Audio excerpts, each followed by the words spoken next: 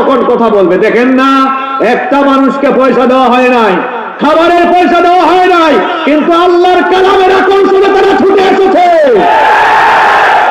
সুতরাং যে দেশে মানুষ কোরআনের আকর্ষণে ছুটে আসে, এই ময়দানকে পজিটিভলি কাজে লাগানো দরকার। আল্লাহ তোমার নামের গান গাই সকাল সন্ধ্যা, তোমার নামে তোমার শানে এই অধম বান্দা। আল্লাহ তোমার নামের গান গাই সকাল সন্ধ্যা, তোমার নামে তোমার শানে এই অধম বান্দা। তুমি রহিম কারিম সত্তার, তুমি খালিক মালিক জব্বার। তুমি রহিম কারিম সত্তার, তুমি খালিক মালিক জব্বার। সবই তোমার দয়া প্রভু, সবই তোমার দয়া প্রভু, সবই তোমার ক্ষমতা। আল্লাহ তোমার নামের গান গাই সকাল সন্ধ্যা, তোমার নামে তোমার শানে এই অধম বান্দা।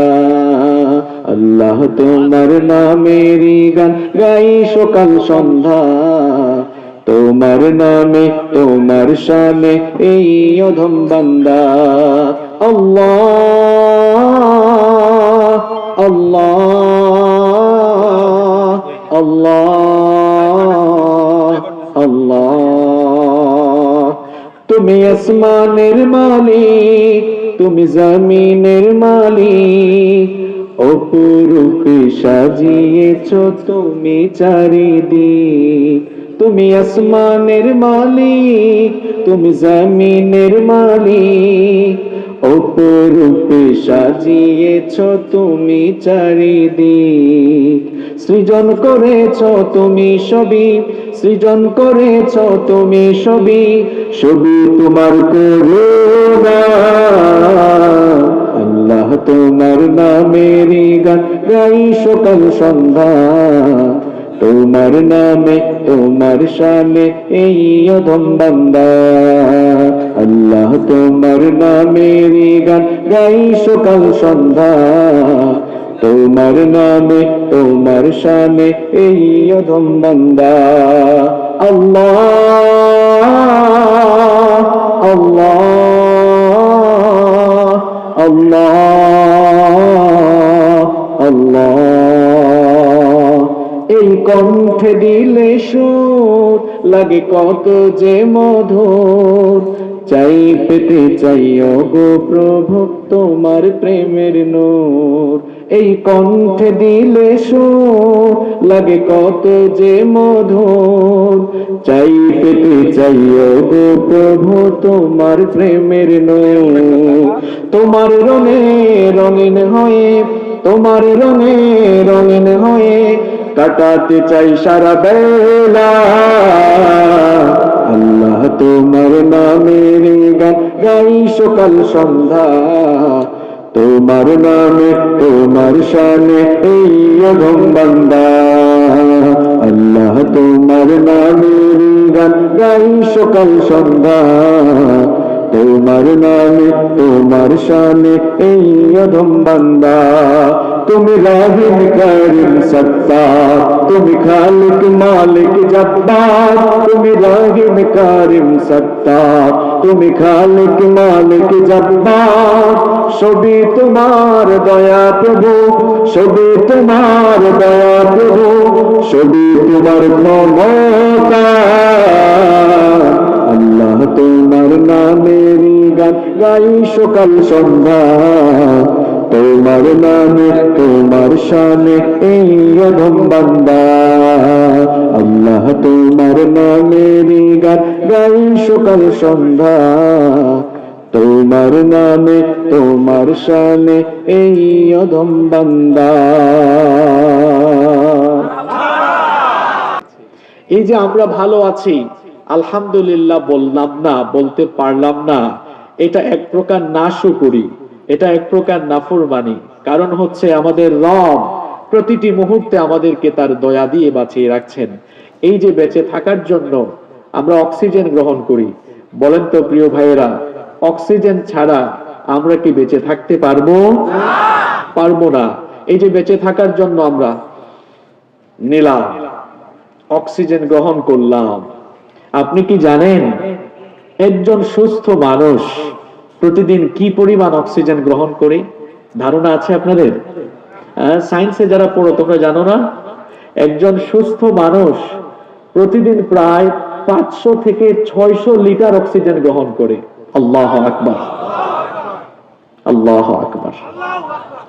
একজন সুস্থ মানুষ প্রতিদিন বেঁচে থাকার জন্য কত লিটার অক্সিজেন গ্রহণ করে?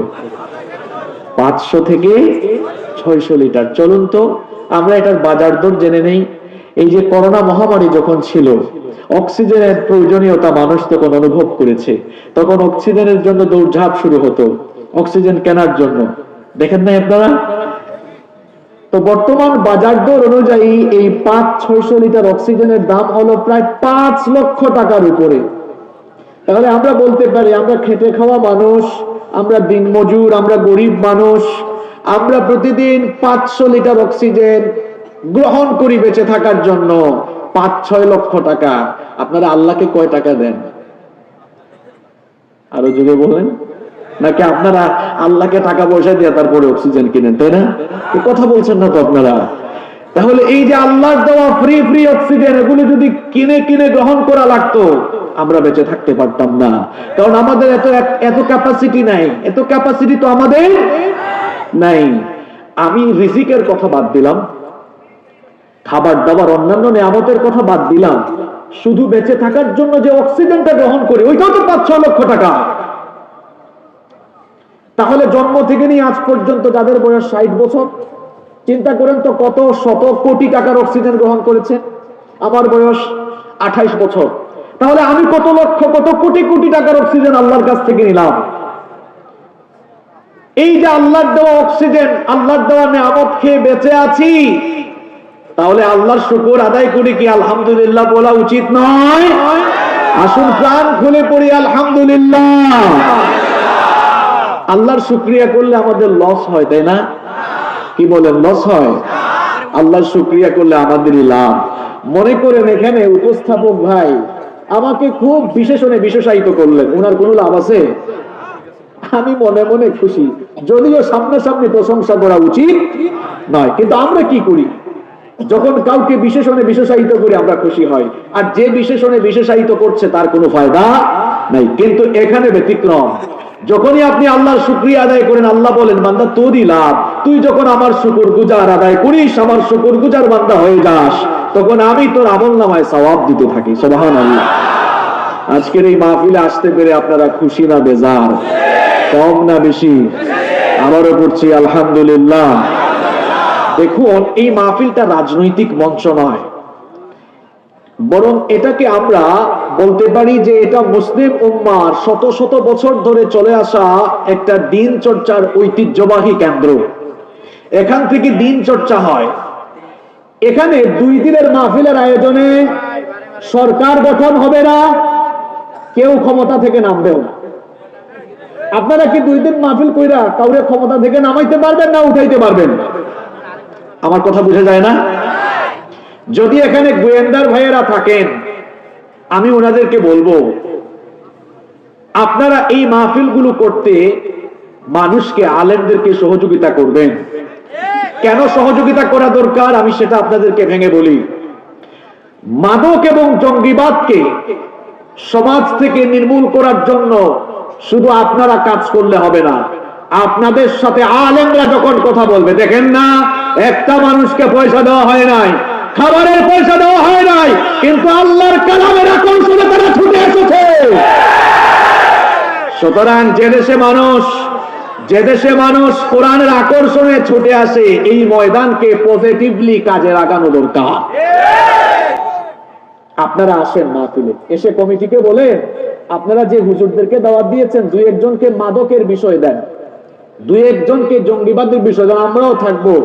আর হুজুররা আসার বেলা আমরা সহযোগিতা করব। রাস্তাঘাটে হুজুররা আসতে যেন ঝামেলা না হয়। স্টেজে আবার কিছু গুন্ডা পান্ডা আছে যারা আলেমদেরকে কথা বলতে দেয় না, আমরা সেখানে নিরাপত্তা দেব। প্রিয় প্রশাসনের ভাইয়েরা, গোয়েন্দা সংস্থার ভাইয়েরা, আমরা আপনাদেরকে বলবো আপনারা এটা করেন। শোনেন, আমরা সরকারের শত্রু নই, আমরা প্রশাসনের শত্রু নই, বরং এই দেশটা আমাদের সবার। আমরা সবাই মিলেমিশেই তো দেশ। এখানে আওয়ামী লীগ নাই, এখানে বিএনপি নাই, জামাত নাই, হেফাজত নাই, এখানে সবার পরিচয় মুসলমান। আমরা মসজিদে যেমন আওয়ামী লীগের পাশে বিএনপি দাঁড়াই, তার পাশে জাতীয় পার্টি দাঁড়াই, তেমনি মাহফিলে কমিটিতে আওয়ামী লীগ বিএনপি জাতীয় পার্টি মিলে কমিটি, হুজুরও আসেন। আমরা দলমত নির্বিশেষে হুজুরকে সম্মান করি। হুজুর কুরআন হাদিস থেকে আখিরাতমুখী কিছু কথা বলে যান। সেই আলোচনা যদি কারো চরিত্রের সাথে কমন পড়ে, এটা হুজুরের দোষ না, কোরআনের দোষ না, এটা তার চারিত্রিক অর্থগত। প্রশাসনের ভাইদেরকে বলবো, আপনারা আমাদের বন্ধু, আপনারা আমাদের সহযোগী। আমি শুনলাম 7 বছর পরে এই এলাকায় মাহফিল হলো। এটা দুঃখজনক। আমার বাড়ি সিলেটে, আমার সিলেটে কখনো আমরা এটা শুনি নাই। আমার সিলেটে আওয়ামী লীগ আছে, আমার সিলেটে বিএনপি আছে, আমার সিলেটে জাতীয় পার্টি আছে, চরমোনাই আছে, হেফাজত আছে। আমার সিলেটের সৌন্দর্য আমি দেখেছি। মাহফিল যখন হয়, এক কাতারে আওয়ামী লীগ, বিএনপি, জাতীয় পার্টি সব দাঁড়ায়। কারণ এটা রাজনৈতিক মঞ্চ না, এটা মুসলমানদের দিন চর্চার একটা মঞ্চ। এই সৌন্দর্য ফুটিয়ে তোলা দরকার, শুধু দিনাজপুরবাসীকে নয়, আমি বৃহত্তর উত্তরবঙ্গবাসীকে বলবো, আমরা এই মাহফিল নিয়ে দলাদলি করব না। আমরা মাহফিল থেকে আমাদের দিন চর্চার কেন্দ্রে পরিণত করব ইনশাআল্লাহ। আমাদের প্রশাসনের ভাইদেরকে আমরা অনুরোধ করব, আপনারা আমাদের সহযোগী হবেন। কারণ সরকার আপনাদেরকে দেশের শান্তি শৃঙ্খলা রক্ষায় দায়িত্ব দিয়েছে। ইউএনও মহোদয়, ওসি মহোদয় সহ যারা আছেন, আমরা সবার সহযোগিতা চাই। ইসলাম জঙ্গিবাদে বিশ্বাস করে না, জঙ্গিবাদের সাথে ইসলামের কোনো সম্পর্ক নেই, সন্ত্রাসবাদের সাথে ইসলামের কোনো সম্পর্ক নেই। বরং সন্ত্রাস আর জঙ্গিবাদের শেকড় কেটে ফেলার জন্য পৃথিবীতে ইসলাম এসেছে। এটা আপনাদেরকে বোঝা দরকার। ইসলাম মাদকের বিরুদ্ধে কথা বলে। দেখুন তো, এই যুবকগুলো যে মাহফিলে এসেছে, এখানে কি সিগারেট টানা হবে? এখানে কি গাঁজা টানা হবে? এখানে যুবকদেরকে বলা হবে, যুবক তোমরা তোমাদের চরিত্র সংশোধন করো। বলা হবে তোমরা নেশা ছাড়ো, মাদক ছাড়ো, তোমরা সন্ত্রাসবাদ ছাড়ো, তোমরা দ্বীনের পথে আসো, নামাজ পড়ো।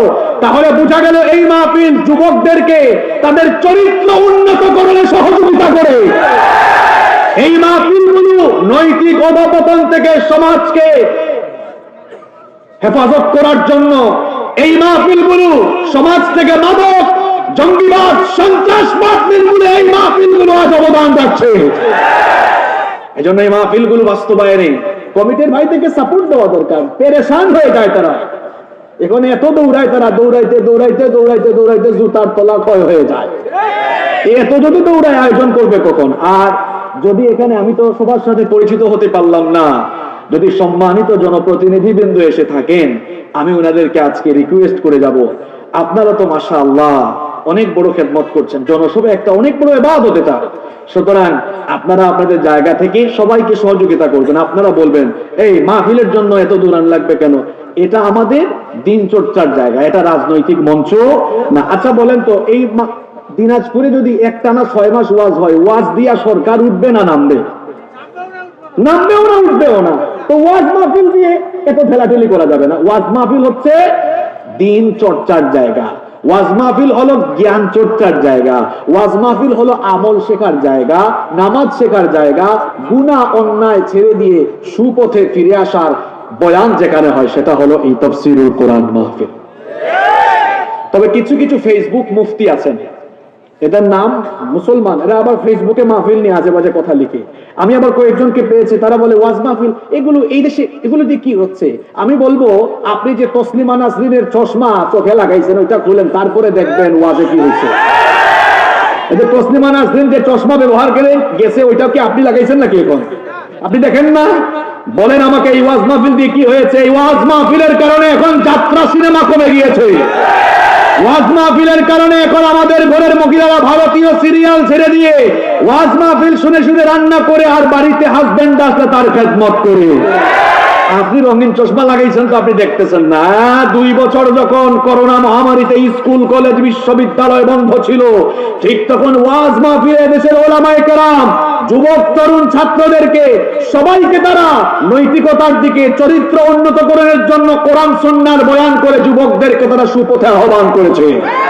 ওয়াজ মাহফিল দিয়ে কি হচ্ছে, যুবকগুলো ওয়াজ মাহফিলে আসার পরে বেনামাজি নামাজি হয়েছে, বহু চোর ডাকাত চুরি ছেড়ে দিয়েছে, বহু ছেলে পেলে মা বাবার খেদমত করতো, মাহফিলে হুজুরদের বয়ান শুনে চোখের পানি ছেড়ে দিয়ে তওবা করে বাড়িতে গিয়ে মা বাবার পা ধরে মাফ চাইছে। আমি গিয়েছিলাম সাতক্ষীরায় মাহফিলে, একবার আলোচনা করেছিলাম গতবারের আগের বার, পরিবার গঠন নিয়ে, স্বামী স্ত্রীর দায়িত্বে নিয়ে। পরে কয়েকদিন পরে বলল, হুজুর হাজবেন্ড ওয়াইফের সমস্যা ছিল, পরকীয়া ছিল, এই ধরনের বেশ কয়েকটা ফ্যামিলি বয়ানের পরে, আলোচনার পরে পরিবারগুলো জোড়া লেগেছে, আলহামদুলিল্লাহ। তাহলে বোঝা গেল পারিবারিক অবক্ষয়, সামাজিক অবক্ষয়, এরপরে সন্ত্রাসবাদ, জঙ্গিবাদ, এগুলো নিরসনে, সন্ত্রাসবাদ, মাদক, এগুলো নিরসনে ওয়াজ মাহফিলের প্রয়োজনীয়তা, তাফসীরুল কোরআন মাহফিলের প্রয়োজনীয়তা কম না বেশি? এরপরেও কিছু কিছু জায়গা থেকে বাধা আসবে। যদি বাধা আসে বুঝবেন এটার শরীরে মানুষের রক্ত না, এটার শরীরে আবু জেহেলের রক্ত আছে, এজন্য তার সমস্যা। আল্লাহ আমাদেরকে হেদায়েত দান করেন।